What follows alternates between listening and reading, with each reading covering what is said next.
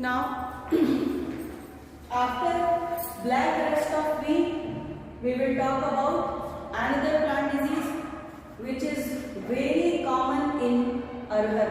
अरहर के प्लांट पे सबसे ज्यादा पाया जाता है which is known as wilt of arhar. Wilt of arhar. Arhar is also known as red gram and the English name is pigeon pea. And what is the botanical name? Cajanus cajan. बहुत सुंदर नाम है Cajanus cajan. देखिए इतना तो common है CAJAN CAJAN. US केवल आपको जनरल में ऐड कर देना है Cajanus cajan. So it is very common disease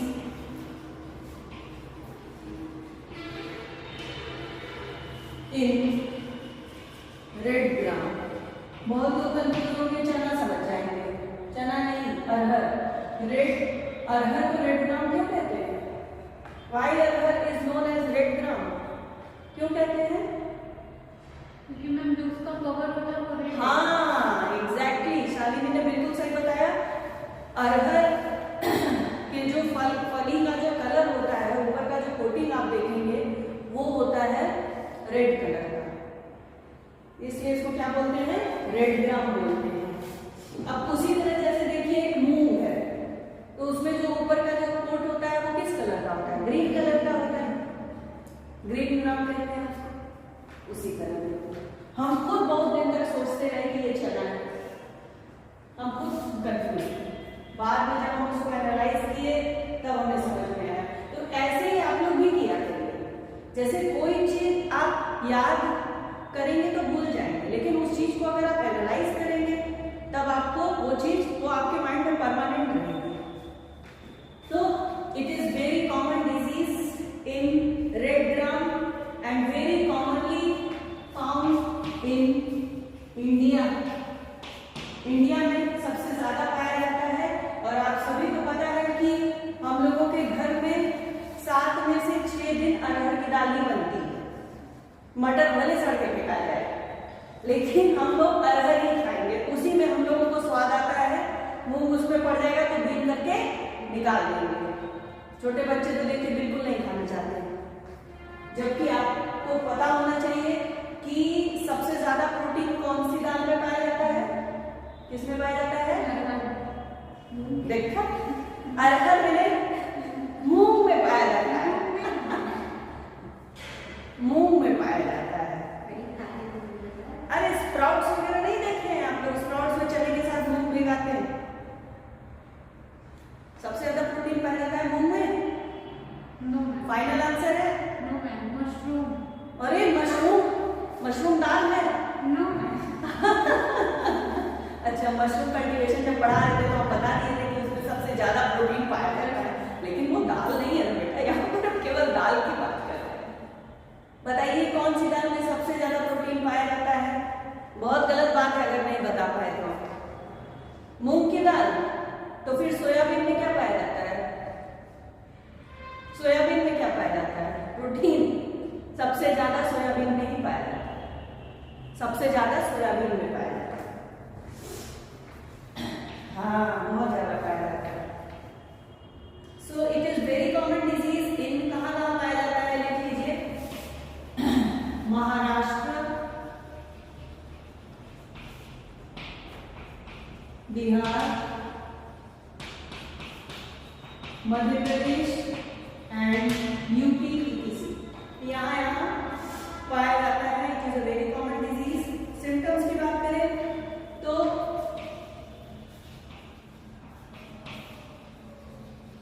symptoms में जो पहला सिम्टम वो है wilting of seedling and plant. Wilting of seedling and plant. Seedling और प्लांट्स में क्या हो जाती है? विल्टिंग हो जाती है.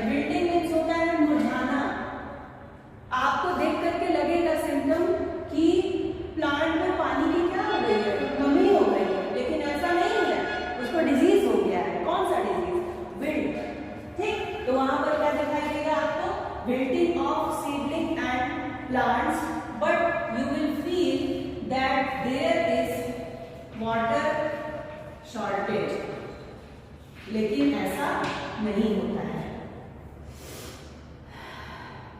और जब विल्टिंग हो जाएगी उसके बाद होगी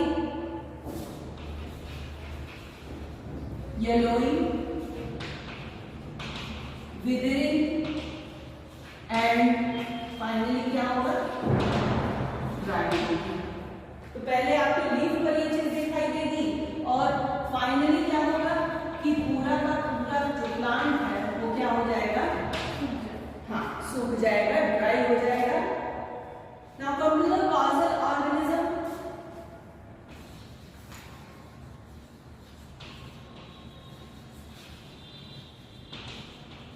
Causal organism is Fusarium oxysporum.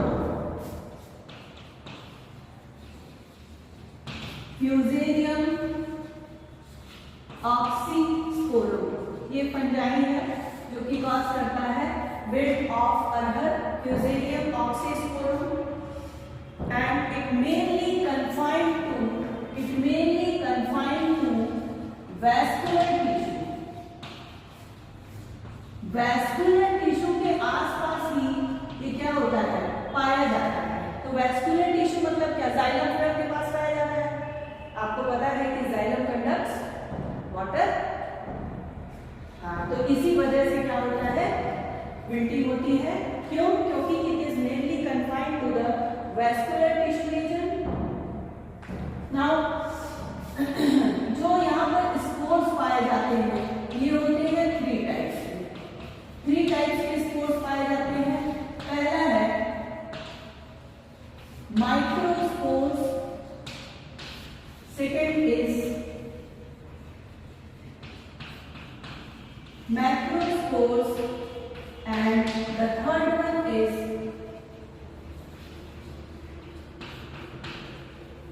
Chlamydospores. So there are three types of spores: microspores, macrospores और क्लेमाइडोस्पोर्स। माइक्रोस्पोर्स छोटे होंगे साइज में, मैक्रोस्पोर्स थोड़े से बड़े होंगे साइज में, और जो क्लेमाइडोस्पोर्स होते हैं इनकी जो वॉल होती है वो कैसी होती है, काफी थिक होती है। Microconidia, macrospore and microspore is also known as microconidia और इसे कहते हैं क्या, macroconidia. Microspore is also known as micropolydia and macrospore is also known as macropolydia. Microspore की साइज कैसी होती है, यहीं पर लिखिए, यहीं पर आप लोग लिख लीजिए। माइक्रोपोलिडिया की जो का जो शेप होता है वो कैसा होता है, ये स्लाइटली कर्व्ड होता है और ये स्मॉल होते हैं and they are made up of 1 to 2 cell. ये 1 से 2 सेल के बने हुए स्ट्रक्चर होते हैं and they are slightly curved. Macrospore या मैक्रोपोलिडिया दे आर लॉन्ग होते हैं एंड कर्व्ड होते हैं slightly and they are made up of 3 to 5 cells, 3 से 5 सेल के बने होते हैं। नाउ क्लेमाइडोस्पोर ये कैसे होते हैं, दे आर